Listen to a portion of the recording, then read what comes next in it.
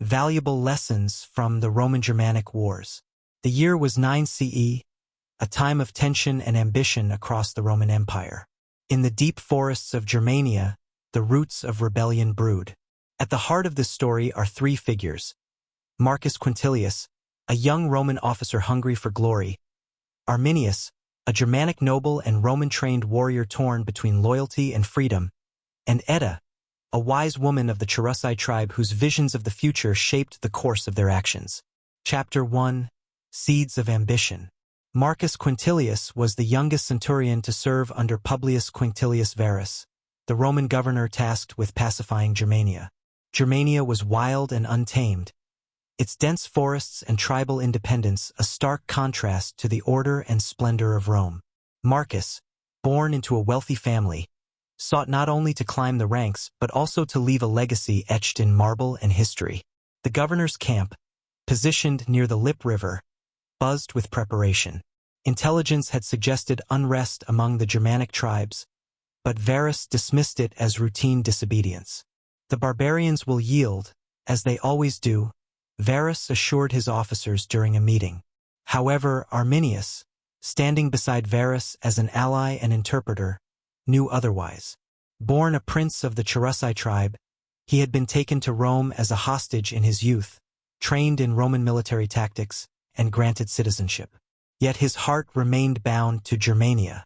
The Romans' relentless imposition of taxes and their dismissal of tribal customs fueled a growing rebellion. "You underestimate them," Arminius said cautiously.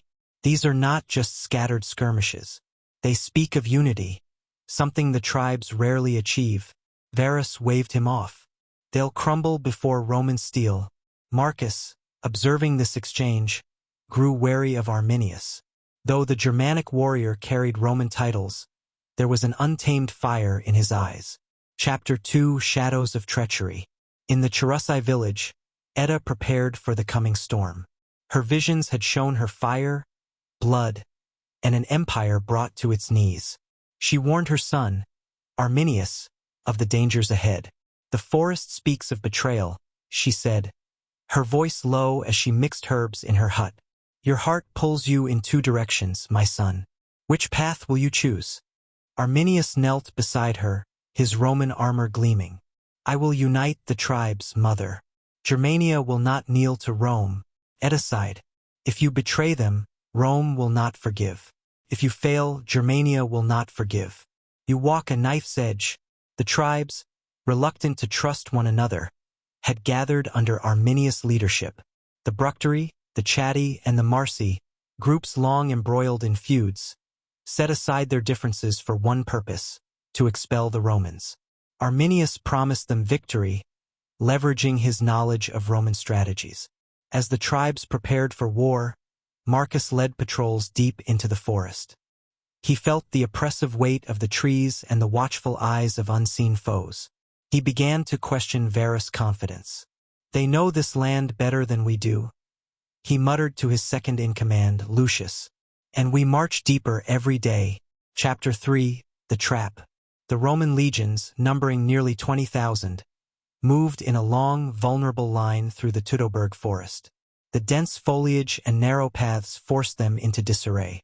Arminius, pretending loyalty, had convinced Varus to take this route under the guise of quelling unrest. Edda's warnings rang in Arminius' ears as he gave the signal for the ambush. The forest erupted with chaos. Tribesmen armed with spears, swords, and bows attacked from all sides. The Romans, trained for open-field battles, struggled to form defensive lines. Marcus fought valiantly, his sword cutting through the fray. "Hold the line," he shouted, rallying his men. But the terrain favored the Germans. The Romans' discipline began to falter as panic set in. For 3 days the battle raged. Rain turned the ground to mud, and the forest itself seemed to conspire against the Romans. Marcus found himself separated from his unit, stumbling through the trees. He encountered Arminius, who removed his Roman helmet to reveal his true allegiance. "You betrayed us," Marcus spat, raising his sword. Arminius blocked the blow with his shield. "I freed my people." The two clashed, their swords ringing in the chaos. Marcus was no match for Arminius, who struck him down but spared his life. "Go back to your empire," Arminius said. "Tell them we will never bow." Chapter 4. Lessons of Defeat. The Battle of Teutoburg Forest ended in disaster for Rome. Varus, realizing the extent of his failure, took his own life. Only a few survivors, including Marcus, managed to escape. He returned to Rome, his dreams of glory shattered. The defeat sent shockwaves through the empire. Emperor Augustus reportedly wandered his palace, crying, "Quinctilius Varus, give me back my legions." Marcus, now a broken man, reflected on the lessons of the war. He shared his thoughts in letters to his family. Underestimating the enemy. "We viewed the Germans as disorganized barbarians, yet their unity and understanding of the terrain proved superior to our might." Overconfidence in power.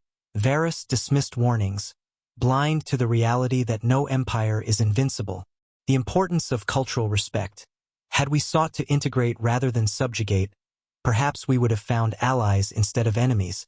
Arminius, hailed as a hero among the Germanic tribes, struggled to maintain the unity he had forged.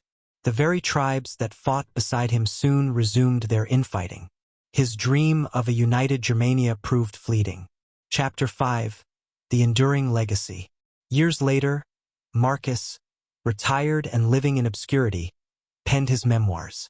He wrote of the lessons he had learned not just as a soldier but as a man. "War teaches us not only how to fight but also how to fail," he concluded. Meanwhile, Edda, now elderly, looked out over her village. "The empire will return," she whispered to herself. "But so will the forest." Always, the Roman-Germanic wars left an indelible mark on history. For Rome, it was a humbling reminder of the limits of expansion. For Germania, it was a fleeting victory that sparked centuries of resistance. And for those like Marcus and Arminius, it was a lesson in the complexity of ambition, loyalty, and the human spirit. Here are some tips for writing or enhancing a 6,000-word historical story like the one I just provided. 1. Start with thorough research. Ensure you have a solid understanding of the historical context. For the Roman-Germanic Wars, research key events, e.g., the Battle of Teutoburg Forest. Understand the cultural and political dynamics of both Romans and Germanic tribes. Study historical figures like Varus, Arminius, and Emperor Augustus. 2. Create relatable characters. Develop fictional or semi-fictional characters, like Marcus and Edda, who can provide a personal lens through which readers experience the events. Show their internal conflicts, ambitions, and growth. This humanizes the grand historical narrative. 3. Use conflict to drive the story. Incorporate multiple layers of conflict. External, the clash between Rome and Germania. Internal, Arminius' loyalty to Rome versus his people. Interpersonal, Marcus' suspicion of Arminius. 4. Balance fiction with facts. Stay true to historical events while adding imaginative details that enhance the narrative. Use fictional characters to explore themes and lessons not explicitly documented in history. 5.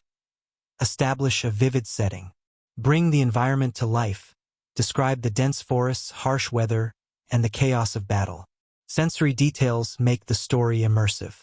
Example: the rain turned the ground to mud, swallowing Roman boots and leaving soldiers vulnerable. 6. Build themes and lessons gradually. Highlight the core lessons subtly through character arcs and events, rather than explicitly stating them early. Example: Arminius' betrayal of Rome mirrors his eventual failure to unite Germania, showing the fragility of alliances. 7. Use multiple perspectives. Switch between viewpoints to provide depth. Marcus gives the Roman perspective of overconfidence and loss. Arminius offers insight into the struggles of resistance. Edda represents wisdom and foresight. 8. End with reflection. Conclude with how the events impacted the characters and history itself. How does Marcus change after the war? What happens to Arminius and Germania after their fleeting victory? What legacy does the battle leave for future generations? 9.